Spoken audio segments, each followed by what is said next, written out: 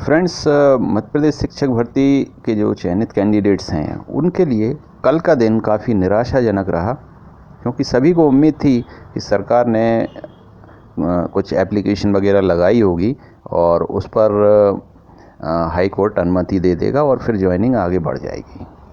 लेकिन ऐसा कुछ भी नहीं हुआ और वही हुआ जो किसी ने सोचा नहीं था। डेट फिर से आगे बढ़ गई, नई डेट मिल गई 1 सितंबर। अब 1 सितंबर को होगी अंतिम सुनवाई। तो क्या सितंबर में फ़ैसला आ सकता है ओबीसी केस का? और अगर फ़ैसला आ सकता है तो क्या सितंबर में ज्वाइनिंग मिल पाएगी?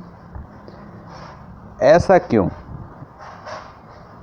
कि अगर मैंने ऐसा कहा कि सितंबर में ज्वाइनिंग मिल पाएगी तो इसके पीछे क्या कारण हो सकते हैं, तो उन पर हम डिस्कस करेंगे इसमें। और मैं डिटेल में जाऊं उससे पहले चाहूँगा कि जिन्होंने चैनल को सब्सक्राइब नहीं किया है वो चैनल को सब्सक्राइब करें, बेल आइकन बटन प्रेस करें ताकि आपको नोटिफिकेशंस मिल पाएँ मेरे नए वीडियोस के। तो आइए हम डिटेल में देख लेते हैं। डिटेल में जाने से पहले जो आज न्यूज़ आई हैं, कल का जो ओबीसी आरक्षण केस रहा उसके बारे में दैनिक भास्कर में खबर आई है। क्या कहा है हाई कोर्ट ने? फिलहाल 14% से अधिक ओबीसी आरक्षण पर रोक रहेगी। इसको थोड़ा डिटेल में देखते हैं। मध्य प्रदेश हाई कोर्ट ने पीएससी, चिकित्सा शिक्षा संस्थान और शिक्षक भर्ती में 14% से अधिक ओबीसी आरक्षण पर रोक को बरकरार रखा है।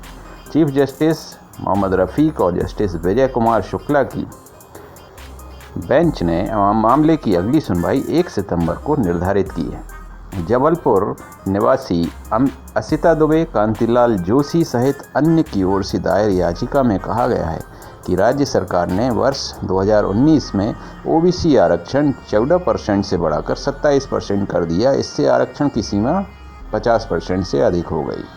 तो अधिवक्ता आदित्य संघी और ब्रह्मेंद्र पाठक ने तर्क दिया कि सुप्रीम कोर्ट ने इंदिरा साहनी मामले में स्पष्ट कहा है कि आरक्षण की सीमा 50% से अधिक नहीं होना चाहिए। वहीं दूसरी तरफ ओबीसी एडवोकेट वेलफेयर एसोसिएशन की ओर से अधिवक्ता रामेश्वर सिंह ठाकुर और अन्य की ओर से हस्तक्षेप याचिका दायर कर 27% आरक्षण को उचित ठहराया गया। तो ये न्यूज़ है कल के बारे में। इसके बारे में हम और भी डिटेल में इस पर चर्चा करेंगे। पहले कुछ और खबर देख लेते हैं कि शिक्षक दिवस के पूर्व हो चयनित शिक्षकों की ज्वाइनिंग। ये जबलपुर में न्यूज़पेपर में आई थी।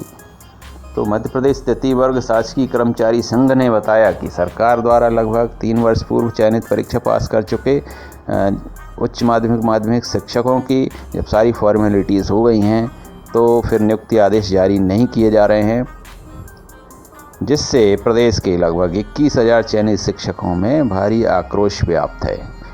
उनका कहना है कि जब सरकार द्वारा स्कूल खोलने के आदेश जारी कर दिए गए हैं तो इन चयनित शिक्षकों को भी नियुक्ति प्रदान कर देनी चाहिए। ये मध्य प्रदेश तृतीय वर्ग शासकीय कर्मचारी संघ ने ऐसा कहा है। तो उन सभी का यही कहना है कि भाई अब तो अन्याय हो रहा है, इतना प्रताड़ित नहीं करना चाहिए और अब जल्द से जल्द ज्वाइनिंग दे देनी चाहिए, ये सभी का कहना है।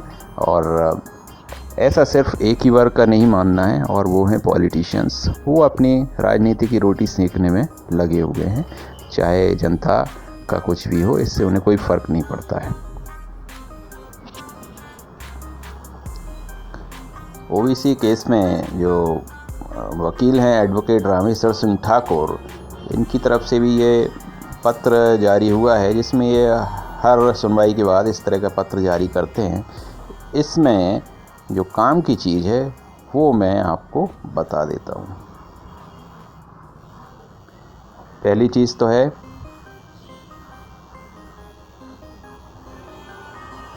कि कोर्ट ने स्पष्ट कर दिया है कि आदेश दिनांक 13/7/21 13 जुलाई को जो आदेश निकला था केवल मेडिकल की भर्तियों पर ही लागू है, अन्य भर्तियों में नहीं। अर्थात 27% आरक्षण में मेडिकल की उक्त भर्तियों के अलावा लागू किए जाने पर किसी प्रकार की कोर्ट की रोक नहीं है।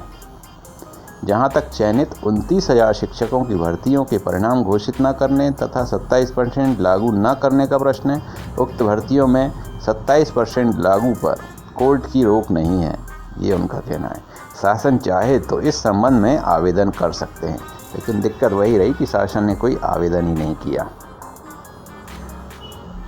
NHM द्वारा नियम विरुद्ध की गई भर्तियों तथा चयनित शिक्षकों की ओर से दायर याचिकाओं की अलग से सुनवाई 26 अगस्त को तथा OBC के प्रकरणों की 1 इसमें गलत दिया है, 1 सितंबर को सुनवाई नियत की गई है। मतलब आप ध्यान दीजिए कि जो चयनित शिक्षकों की तरफ से जो याचिका लगाई गई है वो उसकी सुनवाई 26 अगस्त को हो जाएगी, 1 सितंबर से पहले, और फिर OBC केस की सुनवाई 1 सितंबर को है। तो OBC आरक्षण के पक्ष में चलो जो भी है, ये एडवोकेट्स वगैरह के नाम दिए हुए हैं। तो पहली चीज़ तो है कि कोर्ट की तरफ से कोई रोक नहीं थी इसमें। दूसरा, जो जुलाई में जो आदेश निकाला था वो सिर्फ मेडिकल की भर्तियों पर लागू था।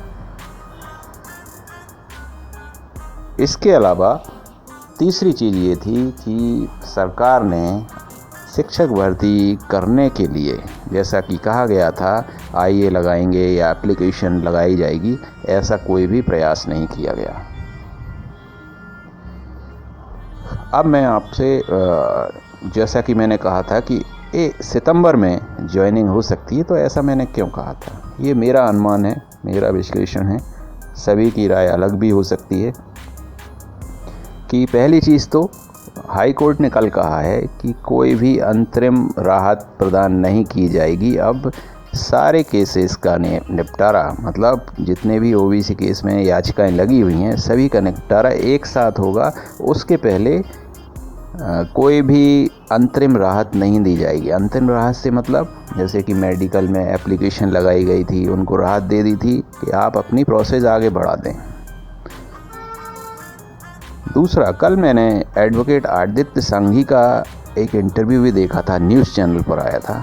उसमें उन्होंने बहुत काम की बात कही है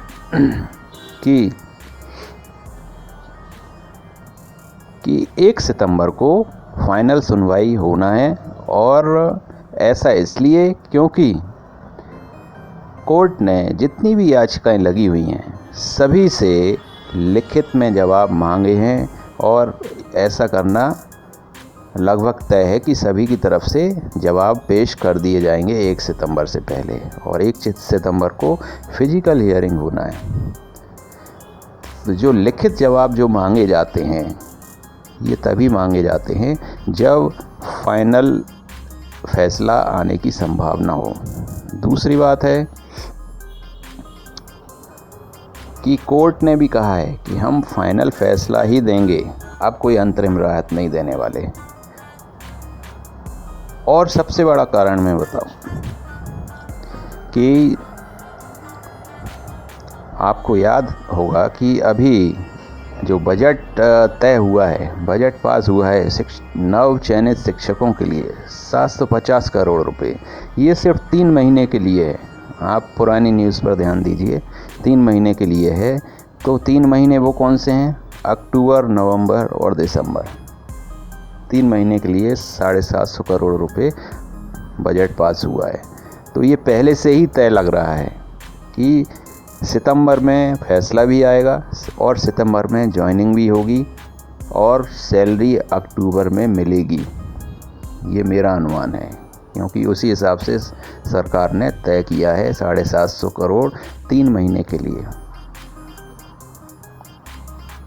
अब हो सकता है, ये सिर्फ मेरा अनुमान है, हो सकता है सभी की राय अलग हो, लेकिन मुझे पूरी उम्मीद है कि अब ये केस फाइनल अंतिम दौर में है और अब 1 सितंबर को फैसला भी आएगा और फैसला आते ही बहुत जल्दी ज्वाइनिंग भी मिलेगी, ताकि वो जो 3 महीने का बजट पास किया है वो सही जगह पर लगाया जा सके।